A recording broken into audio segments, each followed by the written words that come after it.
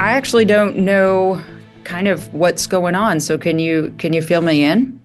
Yeah. So yesterday, we responded to a sighting of ice that was in my neighborhood. And when we approached that situation, we were following behind two ICE vehicles. ICE agents got out of the cars. They sprayed pepper spray into the vent of my car. And after that, proceeded to come back, break our windows, take us out of the car, and arrest us. They put us into two separate cars. When I was in the car that I was in with ICE agents, they immediately started taunting me, making fun of me, taking pictures of me, calling me ugly, all around just trying to kind of like humiliate me. And then about 2 minutes into our ride, the driver, the ICE agent that had pepper sprayed into the vents of my car said, "You guys got to stop obstructing us. That's why that lesbian bitch is dead." And he was referring to Renee Good, which was shocking to hear him say. And throughout like the rest of the day, everybody who I saw through the booking and detention process at the Whipple building, I told him exactly what he said. That was verbatim. And but yeah, it was like a shocking interaction and just extremely dehumanizing and disrespectful, and bigoted, homophobic. Um, and so there's, yeah, the way that we were treated when we were abducted, when we were taken. But then there was the experience that we had when we were in the detention center itself. Um, it was, for me, the most difficult part of being in that building from the holding cell that I was in.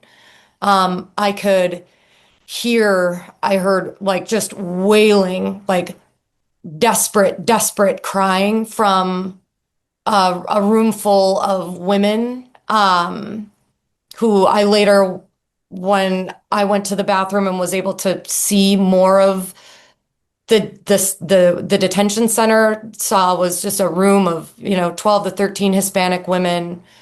Um, just there was a man who was saying, screaming, "Let me go, let me go, let me go, let me go," over and over again. I heard a child screaming, like hearing like the visceral pain of the people that were in that facility juxtaposed with the small talk and the laughter from the agents and from all of the people that were the employees that are part of this operation and making this happen, right, from all of these different federal agencies. We could hear folks talking outside our doors about, asking how their families were. Yeah, just lots of laughter and just the juxtaposition of that it could just be like any other day, while you're also hearing this like it's extreme pain from the people who are experiencing some of the worst like things that they've experienced in their lives was just like tragic. And yeah, it was awful. Yeah, there were these large, really large holding cells when we first got there. I saw a large holding cell that probably had like 40 or 50 people in it, most of them Hispanic. But I saw Hispanic people there, many Hispanic people, many Somali and East African people. Um, and then there were US citizens as well who had been arrested, brought in. We, at the end of the day, were not given charges. Um, and, that might be because the ICE agents came and broke our windows and said that we were impeding their investigation, but we were behind them. There was no one in front of them. They could have kept going. Um, What was so the situation you responded to? Do you know what it was? the location. Yeah, are you like an observer? How did you get? Yeah, we're observers. We responded to an ICE sighting on the intersection of 42nd Avenue and 16th Street in South Minneapolis. The ICE agents had kind of cornered another observer, had apparently pepper sprayed their car as well, and then they turned to leave the scene, and we followed them from that point. And And then, Brandon, were you taken too? Yeah, I was put in a separate vehicle, unmarked SUV. I was offered at one point during my detention, I was offered money or legal protection for any undocumented family members or the which I don't have, or in exchange for the names of undocumented persons, or in exchange for the name of protest organizers. They offered you money for names? They offered me money or legal protection for undocumented people I know in exchange for the names of undocumented people or for the names of protest organizers. Yes. Why were they asking you that? The all I was imprisoned with two other Hispanic men in the U.S. citizens area of the facility. Uh, if I had to guess, I don't know why they asked me. I would guess it's because of me having a Mexican last name and being part Mexican. And I also saw despondent people, crying, hopeless, no energy. We were not given food unless we would bang on the doors and ask people passing. If we wanted a bathroom break, we'd press an intercom button, but they would take 20 or more minutes to respond until eventually they stopped responding and the button didn't do anything. So the only way to get bathroom breaks was to bang on the window of the cell and just beg people walking by. And throughout every encounter I had with a government agent, I tried to de-escalate. I sensed that their stress was high. I told them, I'm not mad at you. Um, I care about you. You're a human being, and we're all human beings here. And what was really upsetting for me was that I knew I was getting out. I knew that I'm a U.S. citizen and I have legal rights, legal protections. And it was really sad to see the faces of the people that weren't getting out, knew they weren't getting out, and had no hope. Weren't going to see their families, weren't going to go to their jobs, weren't going to walk through their city ever again. I had a conversation with someone there. I believe it was a border control agent, a younger a younger man, and he wanted to know why I was there, why were we there, and so I shared like this is why we care. We're concerned about our neighbors. We are scared for our community. We, that's why we're showing up. And we had a long conversation. We didn't agree on everything. But at the end of the conversation, he said, "Man, I just thought all you guys were crazy." Like I think that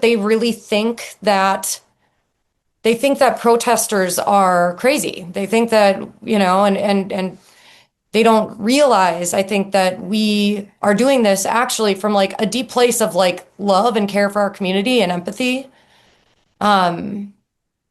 And yeah, it was a wild experience. Did they arrest you and read you your rights? I was read my rights after while being interviewed by special agents from Homeland Security, and I was given a phone call. Patty was not. I And was they, read, I was read my rights when we were at the Whipple building, but I was, yeah, not given a phone call even though I asked for it multiple times. The only reason that our families knew we were abducted is because our phones fell on the ground, and passerbys picked them up and texted our loved one that we were gone. how long were you taken? We were there for 7.5 hours, probably 8. We were arrested at around 9:45. We were released at what time? Oh, 7 p.m. so So yeah, between 8 and 9 hours. You were arrested in the morning and then got out at yeah, night. I had eaten a granola bar in that time. Mhm. That's it. That's all I. And their reasoning for taking you to Whipple was what? I think that's where they're taking everyone who is being like taken or abducted by ICE. When we got to the Whipple building, it was a huge garage essentially that we were driven into, and there were tables lining the walls where people were getting booked in. There was a line of Hispanic men and a Somali woman that were lined up against the wall. It was very, It's real.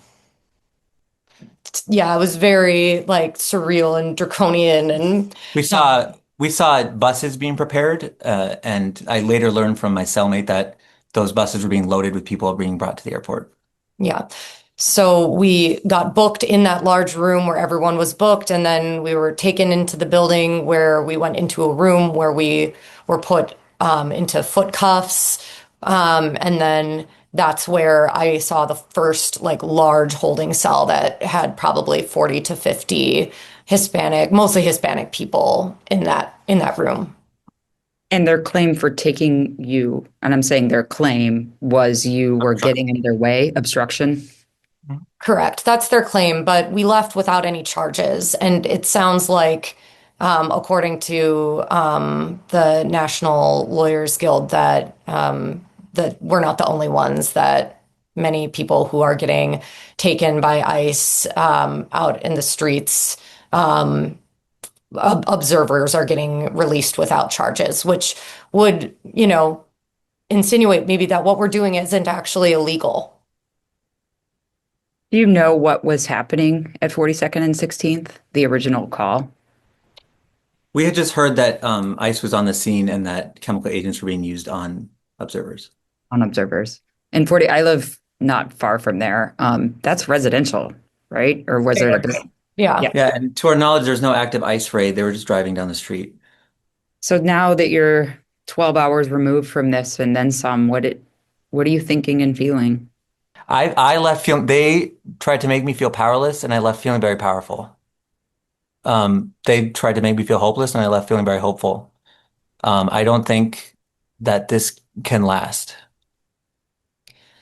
Um, I left feeling pretty heartbroken. I think, yeah, just hearing what that officer had specifically said about Renee Good just, made me feel like the ICE agents that are out in the streets don't care that the community is grieving and that someone was murdered.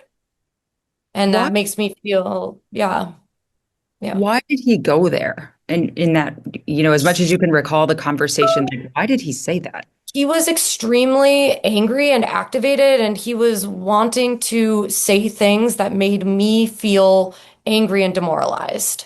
That was that was the goal. Did you take his name or badge number? Were you able to? I wasn't able to get his name or badge number. There is video, but he has his mask up. Yeah, they were very hesitant. I was trying to make small talk with them and just try to get to know them on a human level. I was recommending where to get good winter jackets and boots because they didn't seem equipped for the weather. They were very hesitant to tell me what their names were, to tell me where they're from, or any personal details. Yeah. Do you know if they were Border Patrol or ICE? ICE. Okay. Yeah.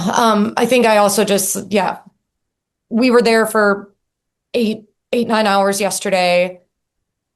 It was, you're just sitting there in a cell, right? And you're just like, I want to go home. All I wanted to be was home. And then like it just kept, I just kept realizing every single time I thought that, I was like, I get to go home. I get to go home. I'm lucky. Nobody else here, like the other people here, they don't get to go home. No. Have people calling lawyers on their behalf or people sending help to find them. Yeah. So what we are doing, what our community is doing, and how we're coming together, like it matters. It's for good reason. We're making a difference. And like it needs to continue. Like what's happening is just it's harmful, it's cruel, it's inhumane, and we were able to see that up close yesterday. The administration continues to say when it speaks publicly on national news outlets or gives its press conferences that folks like yourself and other observers are un-American, are violent, are getting in the way of important work. But that doesn't sound like what you're describing to me. No, my motivation for doing this is because I love my community. I love my community. I want to protect my community. We are experiencing like systemic and just blatant violence. People are being harmed, and I am standing up for my community. That's why I'm doing this from a place of love and care. And I don't know, that I think probably is American. Like that seems pretty American. I don't know. How about you, Brandon? It sounded like, similar, like that, like my family doesn't live here, and they are all hearing about a Minneapolis that I don't recognize. And I live in South Minneapolis. The way they describe my own home to me, I'm like, that's not what we are. Yeah, and speaking with some of the out of town agents, that's what I wanted to stress to them is that I don't hate them. I hate what's happening to my community. I hate that families are being separated and hurt, and that individuals are getting hurt, and that what we want is for the public to feel safe and for safety in our streets. And we want them to see us as human. Yeah. We are human. Like we are not crazy. And that's that's all we want. And I think if they could see us as human, if they could see that we were doing this from a place of like love and care and defending our community, I think that they would feel a lot less comfortable about the operation that they're carrying out here. Thank you, guys. Thank you.